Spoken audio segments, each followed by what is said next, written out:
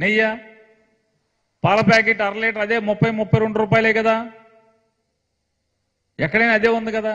ఏ ఆంధ్రప్రదేశ్లో రేట్ తక్కువ, ఎక్కువ అమ్ముతున్నావా లేదా మీరేమన్నా తక్కువగా అమ్ముతున్నారా మీ హెరిటేజ్ దాంట్లో?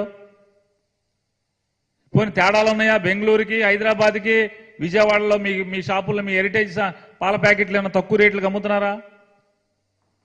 కొన్ని నెయ్యి ఏమైనా వ్యత్యాసం కనబడుతుందా ఆంధ్రప్రదేశ్కి, బెంగళూరుకి, అక్కడికి ఇక్కడికి ఏమన్నా?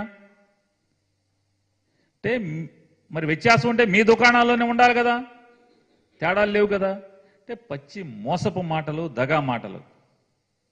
జగన్మోహన్ రెడ్డి గారి ప్రభుత్వంలో కిరాణా సరుకులు పెరిగినాయి అని చెప్పని, పోనీ రామోజీరావు గారు మీ మాటలని రామోజీరావు గారు కూడా తప్పుడు రాతలు రాస్తున్నాడు కదా. ప్రియా ఉత్పత్తులు తయారు చేసే దాంట్లో ఆంధ్రప్రదేశ్లో మీ పచ్చళ్ళు, వడియాలు, అప్పడాలు అన్నీ అమ్ముతున్నారు కదా. అన్నీ అమ్మందేముంది? అమ్మే దాంట్లో హైదరాబాద్లో మీ ప్రియా పచ్చళ్ళు రేట్ ఎంత, ప్రియా శనగపొడి రేట్ ఎంత, ప్రియా కందిపొడి రేట్ ఎంత, ప్రియా అప్పడాల రేట్ ఎంత, బెజవాడలో రేట్లు ఎంత? ఏం తేడా ఉన్నాయా? ఎందుకు తేడా ఉండలేదు? తేడా ఉండాలి కదా.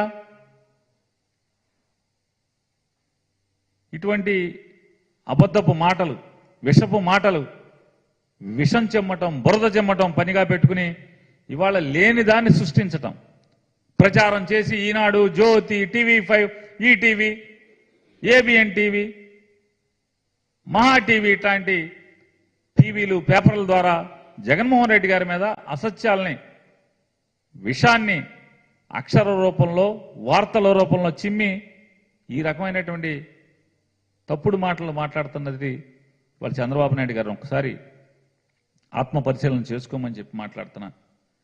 ఇవాళ ఆయన మాట్లాడతాడు, ఎక్కడ చూసినా రైతు ఆత్మహత్యలు అంటే ఈ 4 ఏళ్లలో. విఘ్నత ఉండాలి. ఎక్కడ చూసినా రైతు ఆత్మహత్యలు ఎక్కడ జరుగుతుంది? రా ఒకసారి ఈ రాష్ట్రంలో జగన్మోహన్ రెడ్డి గారి ప్రభుత్వం వచ్చిన తర్వాత వర్షం పడకుండా ఎక్కడన్నా ఏ జిల్లాలోనూ ఉందా? పంటలు పండకుండా ఏ జిల్లాలో ఉన్నా, రైతు పంట వరి వ్యవసాయం చేయకుండా ఎక్కడన్నా ఉన్నారా? రైతుకు గిట్టుబాటు ధర లేకుండా ఏ జిల్లాలోనూ ఎక్కడన్నా ఈ రాష్ట్రంలో ఎక్కడన్నా ఉందా?